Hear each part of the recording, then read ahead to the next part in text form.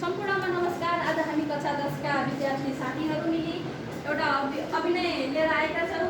यस अभिनयमा हामीले धनी र गरिब बुहारी बीचहरूमा फरक व्यवहार गरेर चाहिँ यो जनचेतनामूलक पनि रहेको छ। यस सासूको भूमिकामा हाम्रो लक्ष्मीज्यू हुनुहुरहेको छ, जेठी बुहारीको रोलमा दिप्सना, माइली शिखा अनि कान्छी चाहिँ वन्दना। कान्छीलाई चाहिँ हेपेका ए बुहारी जेठी बुहारी कहाँ गएछ आइज त? हजुरआमा किन बोलाउनु भयो? ल मसँग के घर बनाएर छ, सबै बुहारीहरू बोलाएर बदिन्छु सबैलाई। हुन्छ आमा। ए माइली ए कान्छी यहाँ आऊ त। तँ कान्छीलाई फेरि किन बोलाउनु पर्यो? बोलाम के हुन्छ र? किन बोलाउनु भयो दिदी? तिमीहरू आइपुग्यो त मसँग के घर बनाएर छ। अब दिन्छु लगाउ न। किन लगाउनु पर्यो र? परम्परादेखि चलिआएको घर बनाएर लगाउनु परेन। ल जेठीको लागि चाहिँ अब सुनको सिक्री छ भने अब माइलीको लागि सुनको बाह्र छ। अब तँ के भन्छ त मेरो छोरालाई निलिस दाइजोमाथि केही ल्याएनस् गादालाई चाँदीको बाला भयो भने त्यही अब गएर काममा लगायो। त्यहाँ दायाँ बायाँ होइन म साथी घरसम्म पुगेर आउँछु। हुन्छ आमा। हाम्रो तिर पुगिरहेको यसको त छ्या। गाएको एक गिलास पानी लिएर त बहिनी।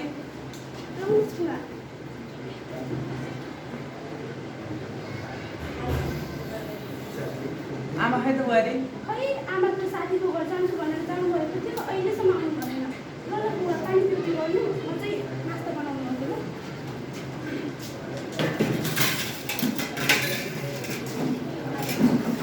भाउजू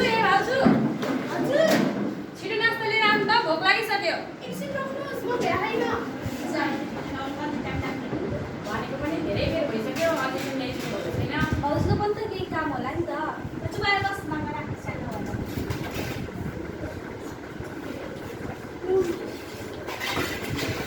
जाबुले खाना बनाएर ल्याउन पनि कति टाइम लगाएको? होइन धेरै कामहरू छ नि त, त्यसैले होला नि।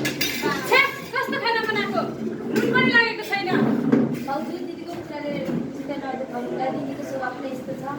सपोर्ट गरे के हुन्छ भन्दै थाहा छैन के गरेको? के गरेर भाउजूको गल्ती हो र? मेरो दाइलाई निनेको थाहा छैन। न त दाइ चाहिँ हेर्दैन त। खाना पकाउने ढङ्ग छ। मेरो दिदी सही भनेको। जे भए पनि भाउजूले त त्यस्तै ह्याप्पी भएन। तर चुपाएर एक मसाला त।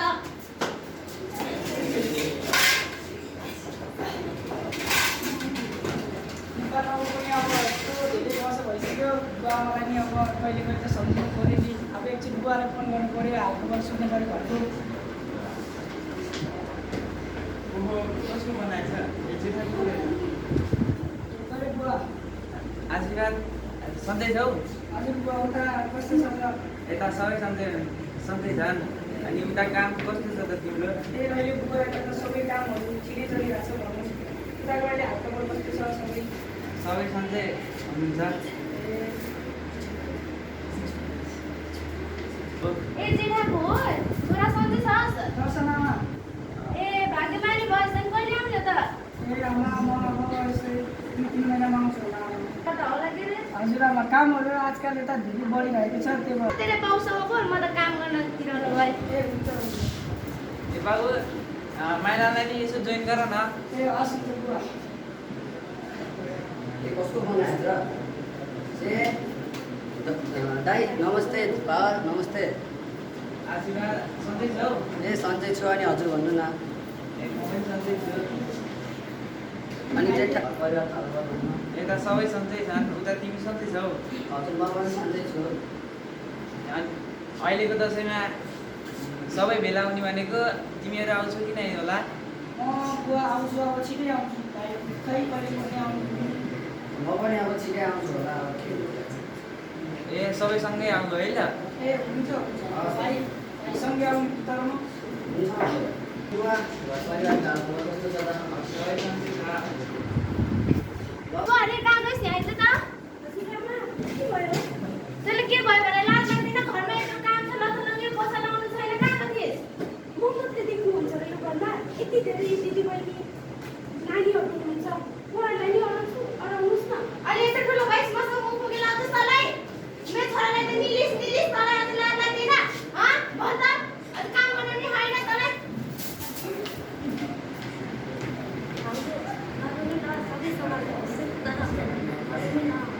अनि यसलाई कतिचोटि सम्झाउने त नखर मौरीको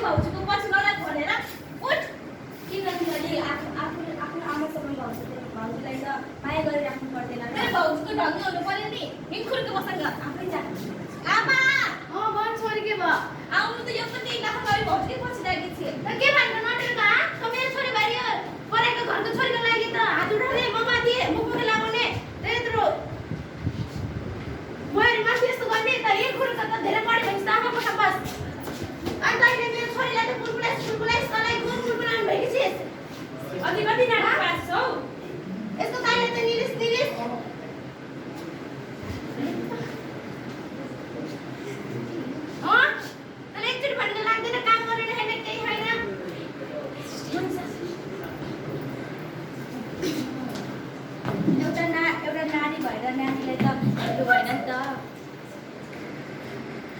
एकांशी यहाँ आऊ त। हजुर दिदी के भयो? के भयो आज हजुरको कटिङ दाजु भन्छ आज त। होइन त्यस्तो केही होइन, आमाले काम गर्नु यति धेरै मान्छेहरू छन् त घरमा भनेर जवाब फर्काइदिएँ त्यसैले। यस्तो हुन्छ र हामी पनि भन्न सक्दिनँ। अब ठुलो हुन्छ नानीहरू पनि अब त्यस्तै भनिरहेको हुन्छ है तिमी पनि यसको कुरा गरेर सुनेर हुन्छ र यसले आमाले पनि ठिक भन्नुभएको यस्तो कुरा लगाएर चाहिँ होइन पनि फेरि यो केको नाटक देखाएर बसेछिस् काम नगरेर? जम्मा ठगेला हातमा पानी लिएर त।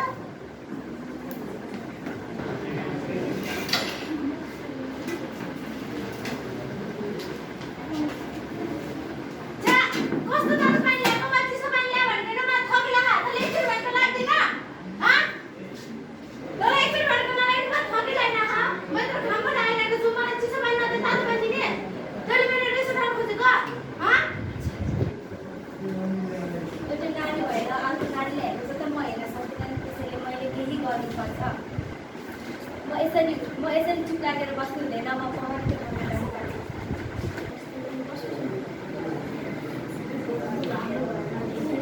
एउटा नानी भएर नानीलाई नै हेर्नु सक्दैन नि त, त्यसैले नानी भएर नानीको विचार गरेको छ।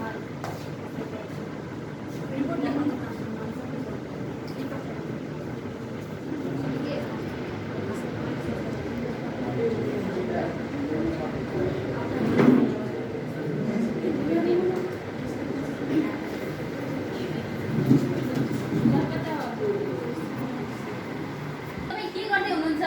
हजुरलाई यहाँ कोही बोलायो हाम्रो घरको समस्यामा हजुरलाई कसले सामेल गरेर भन्नुहोस् त? मैले गरेकी हो। किन गरिस् त? धेरै बढी भएकोस्? आफ्नो भाउजूलाई हेर्दा पो कुन चाहिँ पुरै हेरेको छ, हामीले आफ्नो छोरी र आफ्नो बुहारी हेरेर बराबरसँग यो गलत सूचना आएको छ। हजुरजी कृपया फर्किनु होला। किन फर्किने? उसले आफ्नो प्राणभन्दा प्यारो आमाले किन त्यसै आरोप लाउँछिन् त? होइन यो घरमा के भइरहेछ? आज भन्दा किन प्रहरी हेर्नु छोरी कुन चाहिँ प्रहरी बोलाएर आएछ? यिनीहरूको गरी भाउजूले त होला नि मैले बोलाउँछ र होइन मैले हो बोलाएको। के त जान्नु पर्ने तँलाई त? धेरै अगाडि तपाईँले यसरी बित्नुहुन्छ भने त उहाँलाई त झन् कति गर्नुहुन्छ होला। उसँग एफआइआर छ, तपाईँ जेल जान सक्नुहुन्छ। जेल किन जाने? हामीले के गरेकै छैन, किन जाने? के नगरपालिका के हो त? उहाँको अनुहारमा डाम पनि थियो। के थाहा उसले कि हामीलाई फसाउनलाई कि नाटक रचेको हो कि? भन्नु है छोरी, हामीले के गरेछौँ मेरो भाउजूलाई भन् त? हामीले केही पनि गरेका छैनौँ भाउजूलाई। ए भाउजूको झमै नभएर उठ्नु भएको हामी होइन। भाउजूले तिमीले अति गर्दैछौ गर, अहिले पुलिस अगाडि नाटक गर्दैछ तिमीहरू। होइन त के भयो कि भन्दा घरको समस्यालाई बाहिर फैलाउँछ? सुन्नुहोस्, मैले यहाँ आउनुभन्दा अगाडि छिमेकीलाई सोधेको थिएँ, उहाँहरू पनि यस्तो कुटपिट भएको आवाजहरू आएको भनेर सुन्नुभएको थियो। होइन, उहाँ छिमेकी घरको एक दिन बाख्रा झराएको थियो अनि हामीलाई चोर लगान भयो। त्यही कुरामा हाम्रो समस्यामा झगडा भएको थियो, उहाँले हामीलाई यत्तिकै नराम्रो भन्नुभएको हो। होइन, साँच्चीको भन्नु मैले मेरो विश्वास गर्नु, उहाँहरूको विश्वास नगर्नु। हामीसँग एफआइआर पनि छ। ल जाम, यिनीहरूलाई जेल हाल्नु। हामी किन जाने? नारीलाई हिंसा गर्ने।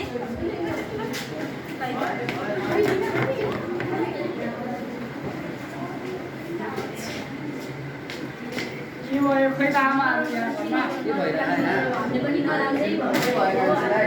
खै त के भयो आमाहरू खै त आमाहरू खै त आमाहरूलाई सबै किन के भएर घरमा?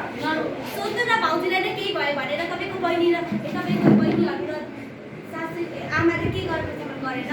मान्छे के भयो तिमीलाई किन रुको? सबै खोलिदिनुहोस् भाउजू।